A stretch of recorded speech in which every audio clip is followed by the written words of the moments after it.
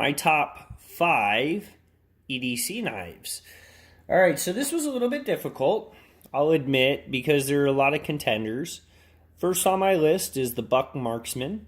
Not only do I love the lock on it, but the blade symmetry on the grind on this thing, as well as the ball bearing washers in here, just really make for it to be a fast deploying knife. Very gentle and easy to operate.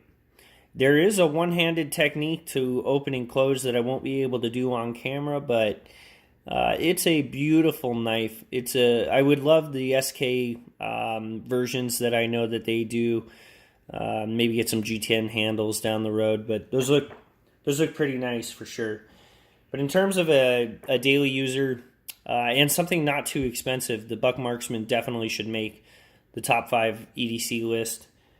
All right, next, I know everybody goes back and forth between Paramilitary 2 and Mannix 2. I did purposely put the S110V Spyderco Paramilitary 2 on the list, as opposed to my lightweight version of the Mannix 2. I just like the steel better in the S110V, and the Paramilitary 2 I think just has a better lockup and just a better carryability. It's much thinner. It's not as fat of a knife wide-wise. And it's definitely noticeable when you carry it in the pocket. You don't really feel this knife, whereas the Mannix 2, especially the heavier G10 version, is definitely noticeable. So not only is the Paramilitary 2 on, pretty much the top of every list, but the S110V version definitely deserves to be at the top of every list because I love this steel is just amazing.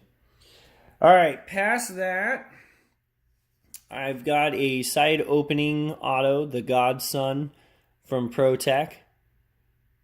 And this knife is not only a fast deploying knife, but it's very small compared to the Godfather, the big brother to this guy. I have both. I prefer not only the marbled carbon fiber, but the smaller package of the Godson. And it really does, I think it's got a blade profile that's very useful, but it really does carry almost non-existent, like you don't even feel it in your pockets.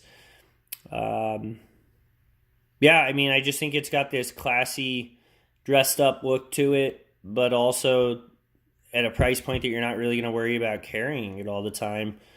Very impressed by this offering from Protec. So definitely in the top 5 list for EDC carry. Jeff Freeman over at Freeman Outdoor. I got the 451 flipper. It's pretty old to me. I've had it for a while, but it still remains on the top 5 list for sure. Not only with the nice and easy to use button lock, but all of the materials, the fit and finish. This is the heaviest knife that I have on my list, but I don't know, there's just something about it where you don't feel it as much. It's still noticeable. You know it's in the pocket, but you kind of just enjoy it. You enjoy the feeling of it being there. The deployment is very easy.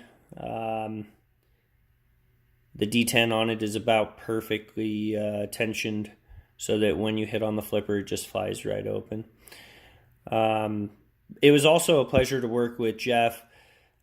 Jeff Freeman is probably one of the easiest people to work with, I think, when ordering something from him.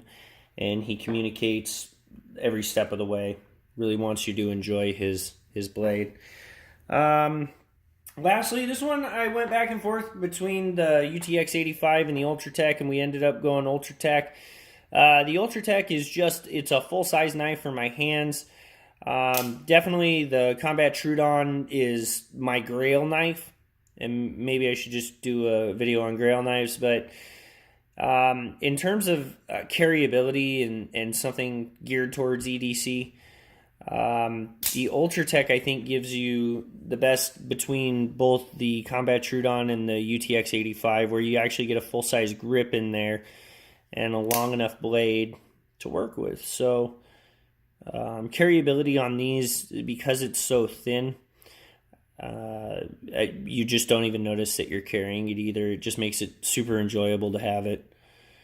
Not to mention the cool factor is just on par with like Holy crap, that's a nice blade. Alright, so my top 5 EDC knives, all laid out here for you guys. Let me know if you have any questions about anything that you see pictured here, okay? Take care.